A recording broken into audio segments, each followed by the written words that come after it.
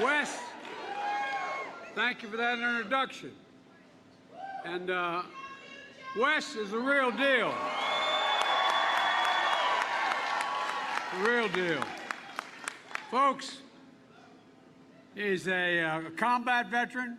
Only drawback is he's a Rhodes Scholar. Former CEO of one of the biggest anti-poverty organizations in America. And if we all do our part, the next governor of Maryland.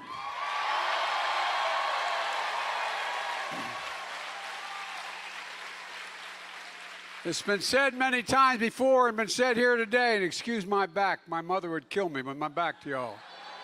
Excuse my back. The fact of the matter is, you have literally two of the best senators in the United States Senate, Ben Cardin and Chris Van Hollen. As a matter of fact, were it not Chris being my debate partner, getting me prepared in the general election for president, I wouldn't be standing here. So if you don't like me, blame Chris. He's up for re-election this year. And I told him, I'll come campaign for him or against him, whichever will help the most. Folks, look, both Ben as well, they're strong and they're principled, they're effective. Keep them. You need them. Hell, I need them. You've got a great congressional delegation, including Steny Hoyer, who's been a friend for a long time. And how about that Jamie Raskin? Hadn't he stepped up? The man has stepped up. He's done an incredible job. I like it. He's done an incredible job coming out of a tragic circumstance with his family. You know, you got to keep them. You need them. And I said, heck, I need them. Folks, we're just 76 days away from the midterm election. 76 days. And to state the obvious, there's a lot at stake. So I want to be crystal clear about what's on the ballot this year. Your right to choose is on the ballot this year. The Social Security you paid for from the time you had a job is on the ballot. The safety of your kids from gun violence is on the ballot.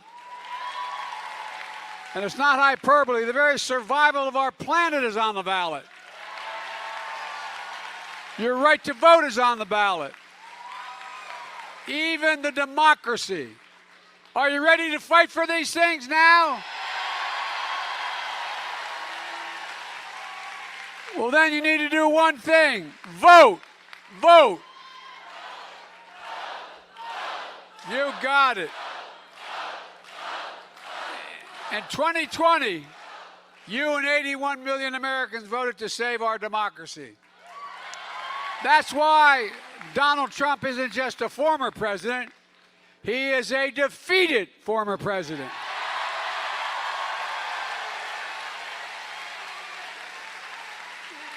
And it's not hyperbole. Now you need to vote to literally save democracy again.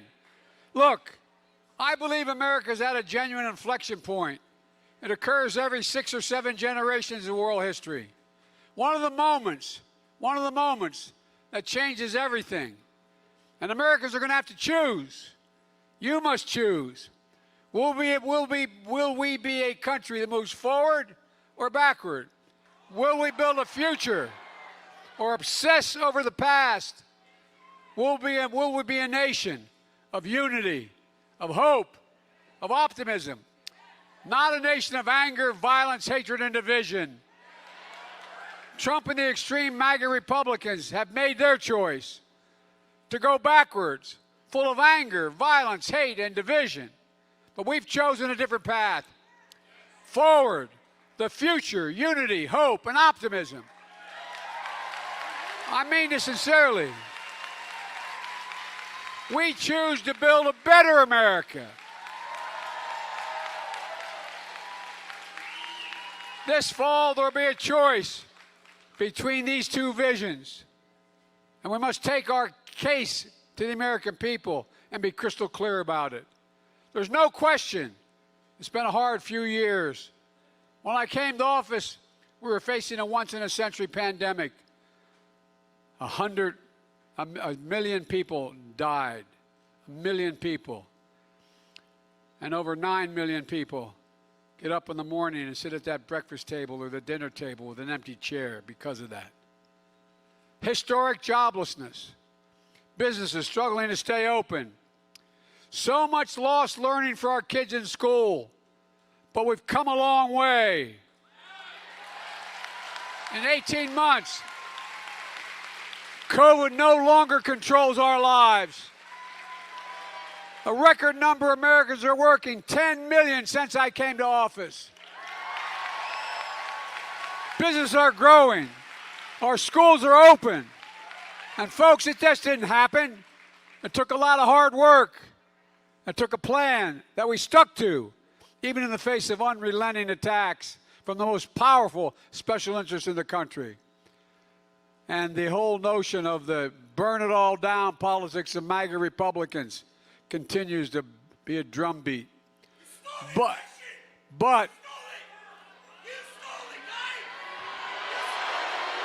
that's all. No. Let him go. Let him go. Let him go. That's okay.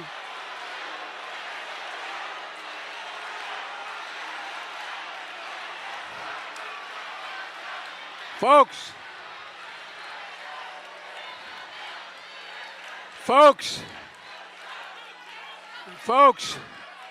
ignorance knows no boundaries. But we never gave up. We never gave in. And we're delivering for the American people now. And now, even our critics have been forced to acknowledge real progress. A record of big accomplishments, matched by few administrations in history. 10 million new jobs, more than we've ever created before at this point in anyone's presidency. 3.5% unemployment rate, near record low in the history of this country. A 15% drop in child poverty compared to 2 years ago. And more than 220 million Americans vaccinated. Record small business creation. A big reason for all this is the American Rescue Plan that I signed into law shortly after I took office with the help of your members of Congress. That plan took America from economic crisis to economic recovery. And not a single Republican, not one single one, voted for it. Not one. Not a single Republican. We also passed the once-in-a-generation investments in our nation's roads, highways, bridges, railroads, ports, airports, clean water systems, high-speed rail, internet. The biggest investment in America since President Eisenhower's Interstate Highway Act. We got a little help. We did get some help from some Republicans passing the bill, and I'm thankful for that. But the truth is, there's a lot more Republicans taking credit for a bill that they actually voted against. You see it all over America. Right here in Maryland, you got a Republican Congress named Andy Harrison. Now, old Andy's out there touting funding for a key dredging project in his district that he voted against. It's happening all over. Maybe he'll, as they say in Southern Delaware, maybe the boy will get some religion. Look, folks, we passed the CHIPS and Science Act, a groundbreaking law. We're going to once again manufacture semiconductors as we invented that power everything in our lives right here in America. This law will create tens of thousands of construction jobs, bring billions of dollars of investment to America, and revitalize American manufacturing. Look, folks, it means we're going to build the future in America. With American workers, in American factories, producing American-made products.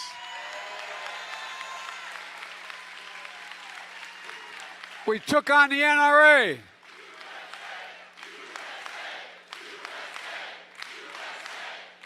We took on the NRA, and we beat them.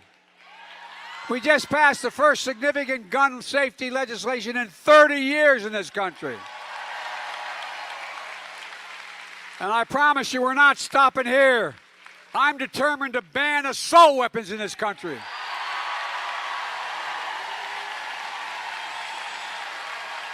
I did it once before, and we will do it again.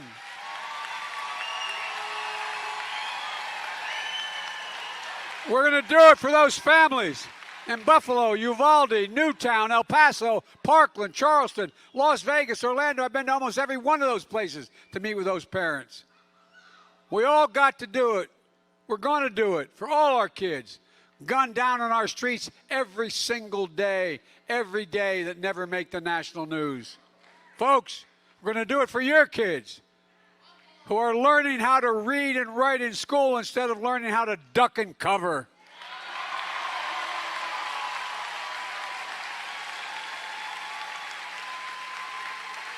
So this November, we have to ask every candidate, are you for banning assault weapons or not? And if you're not, we're not going to vote for you. Period. In my State of the Union address, I put forward a unity agenda that included taking care of our veterans.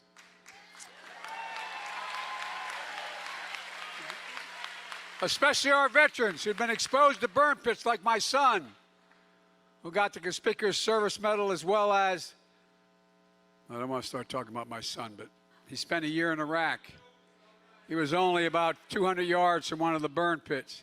These pits the size of football fields, 8, 9, or 10 feet deep in Afghanistan and Iraq. Incinerated, that incinerates wastes of war, tires, poisonous chemical, jet fuels, and so much more. So much more. Our soldiers breathed in that toxic smoke and came home with headaches, numbness, dizziness, cancer.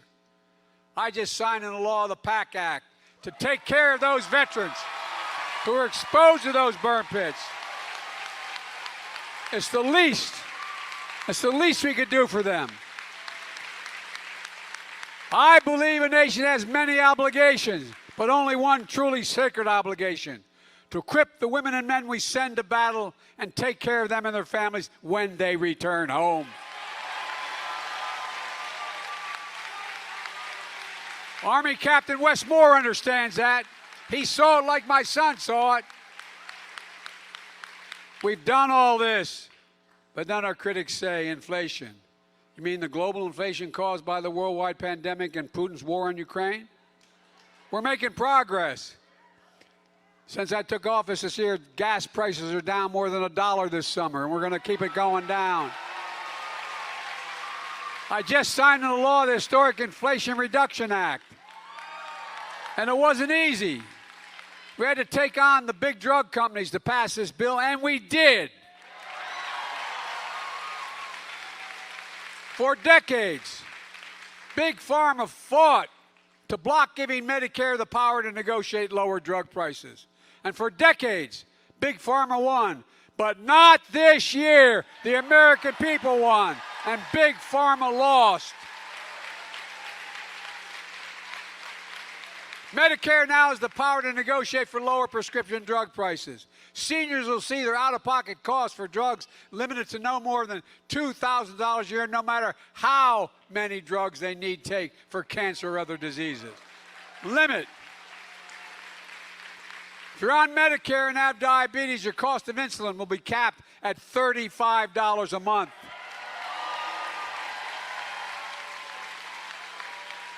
We also included a provision that would have allowed anyone with diabetes, including those kids and their families, that should get charged somewhere between $600 and $1,000 a month. How would you feel like being a parent, looking at your kid and knowing you didn't have the insurance, and knowing if they did not get that insulin, they may die? There's thousands of people in America going through that. And these Republicans ripped that out of the bill, but we're coming back.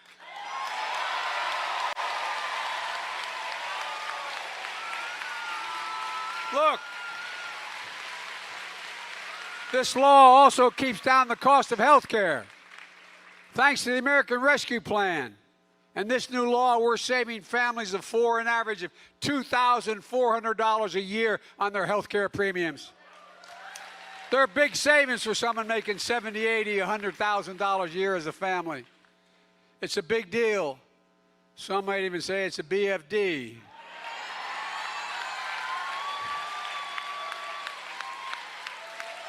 We also had to take on the climate deniers. And guess what?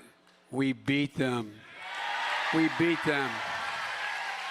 For decades, these climate deniers blocked any meaningful progress in dealing with climate crisis. But not this year.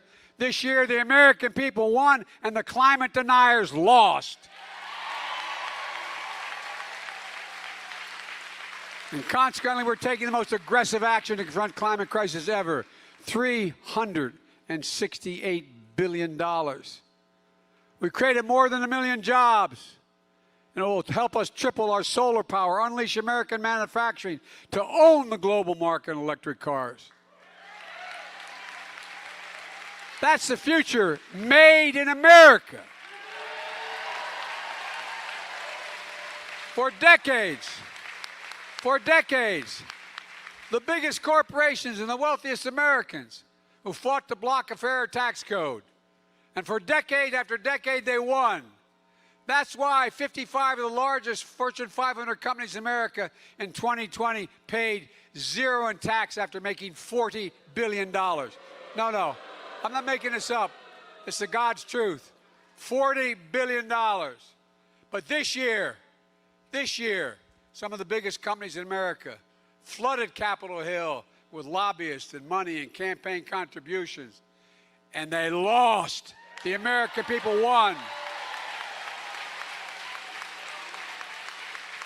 Now, corporations have to pay a minimum corporate tax, God love them, of 15%. Isn't that painful? The days of billion-dollar companies paying zero are over. And guess what? You hear Republicans always talk about the deficit, right? About big spending Democrats. Well, guess what? When the last guy was president, he increased the debt by $2 trillion in tax cuts. Not a penny of it paid for, okay? Well, guess what we did? We reduced the deficit. The Inflation Reduction Act lowers the deficit by $300 billion over the next 10 years. And that's on top of the $350 billion I reduced the deficit last year and the $1.5 trillion reducing it this year.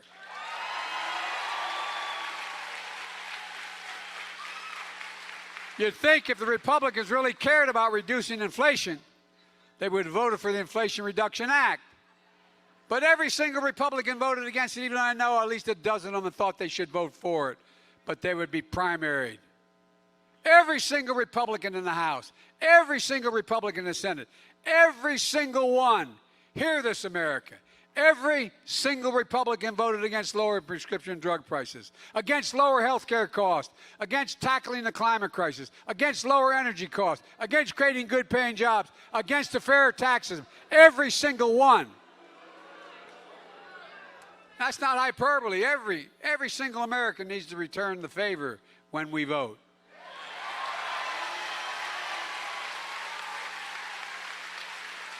And thanks to our historic deficit reduction, we can afford to cancel $10,000 in student debt and $20,000 if you're on a Pell Grant for tens of millions of Americans making under $125. This is a game changer.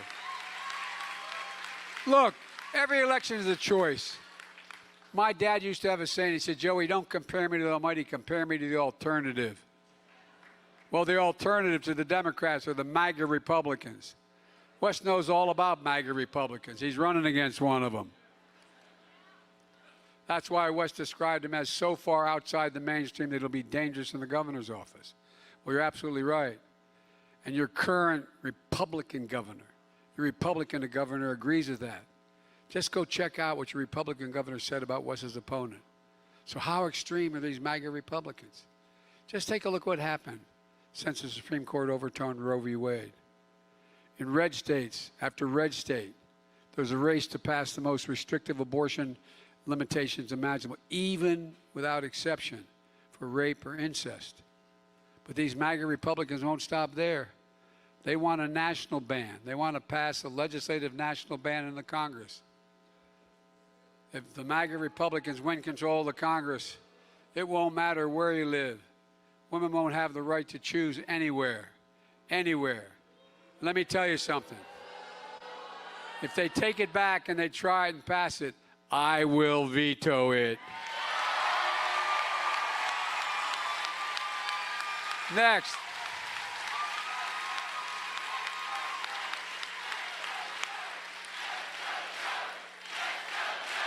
We're going to go all right. And by the way, as Clarence Thomas said in the opinion, he said that the right to privacy doesn't exist for the right to use contraception, marriage equality, the whole right to privacy. We can't let that happen. You got it, kid.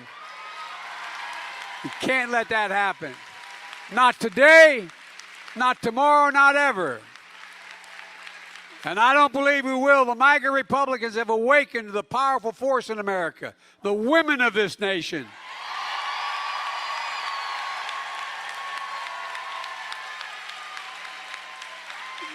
The court, in its opinion, used the phrase that women have a right to vote and change this. Well, guess what? MAGA Republicans don't have a clue about the power of women. Let me tell you something. They are about to find out. Oh yeah. Oh yeah. And by the way, look, I served in the Congress since I was 29 years old. I had to wait 17 days to be eligible to be sworn in.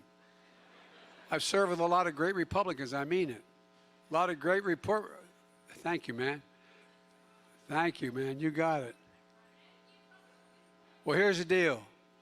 Here's the deal. What's happened is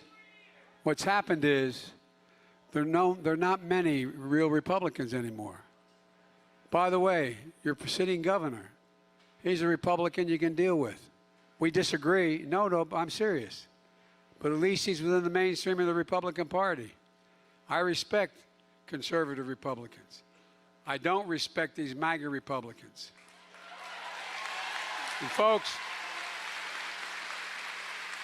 everybody thinks I'm exaggerating when I say this, but they're coming after your Social Security as well. And if you think I'm kidding, go read the only election year plan the Republicans put out. Look up on these. There you go. This is the Republican plan that is about what they want to do with regard to Social Security. Go ahead to the next slide. There you go. Here's what they said. Rick Scott, the Republican chairman of the Re-elect Committee for the Senate, Republican senators, said Social Security and Medicare should be in the chopping block. This is what they put out. All federal legislation sunsets every 5 years. If a law is worth keeping, Congress can pass it again. Translate it, your Social Security every 5 years will be eliminated unless it's voted back into existence. It's your money. You paid for it. You paid for it. But I'm not joking. Think about this. Think about what they're doing. And it's all there in black and white. He wants to require Congress to vote on the future of Social Security every 5 years. So every 5 years, Congress can vote to change, cut, reduce, or entirely eliminate Social Security. How does that make you feel? Do you want to put your Social Security into the hands of Ted Cruz and Marjorie Taylor Greene? I mean it. But it's not just Social Security. Senator Scott wants everything in the federal budget voted on de novo every 5 years it goes out of existence. That includes Medicare, veterans benefits, and everything else. And then along comes Senator Ron Johnson of Wisconsin. This is what they put this in writing now. This is their plan. He thinks 5 years is too long. I'm not joking. You think I'm making this up? He wants to put Social Security and Medicare on the chopping block every single year. This is the same guy who said, if Republicans get control of the United States Congress, they're coming after the Affordable Care Act again, denying health insurance to anyone with a pre-existing condition. Because if you don't have Affordable Care Act, people without a pre-existing, with a pre-existing cannot get insurance. Again, just think of it as a parent or a brother or sister looking at a brother, sister, son, daughter, and you can't take care of them because they have a pre-existing condition. These guys never stop. And we're never going to stop either. Look, my friends, we offer a starkly different version and vision of this country, a vision of a better America that's within our reach, that's within our hands, if we just vote. If we elect 2 more senators, we keep the House and Democrats, we're going to get a lot of unfinished business we're going to get done. Folks, look, we'll codify Roe v. Wade. We'll ban assault weapons. We'll protect Social Security and Medicare. We'll pass universal pre-K. We'll restore the child care tax credit. We'll protect voting rights. We'll pass election reform and make sure no one ever has an opportunity to steal an election again.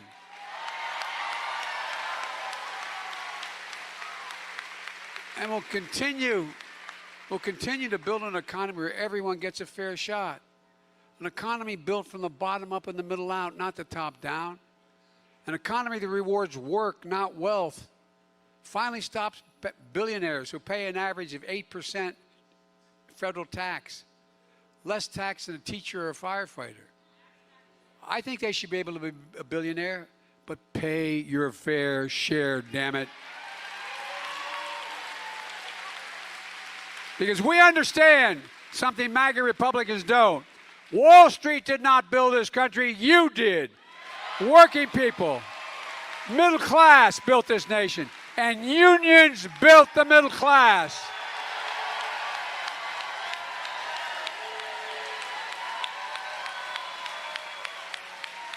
And we're not going to let anyone or anything tear America apart. I'll close with this. We're at a serious moment in our nation's history. The MAGA Republicans don't just threaten our personal rights and economic security. They're a threat to our very democracy. They refuse to accept the will of the people. They embrace political violence. They don't believe in democracy.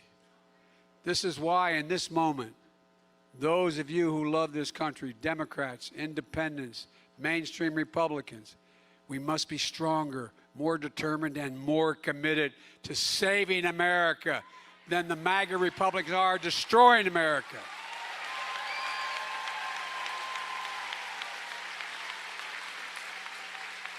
We, the people, are the first words of our Constitution, and we, the people, will still determine the destiny of America. If we, the people, stand together, we will prevail as we, the people.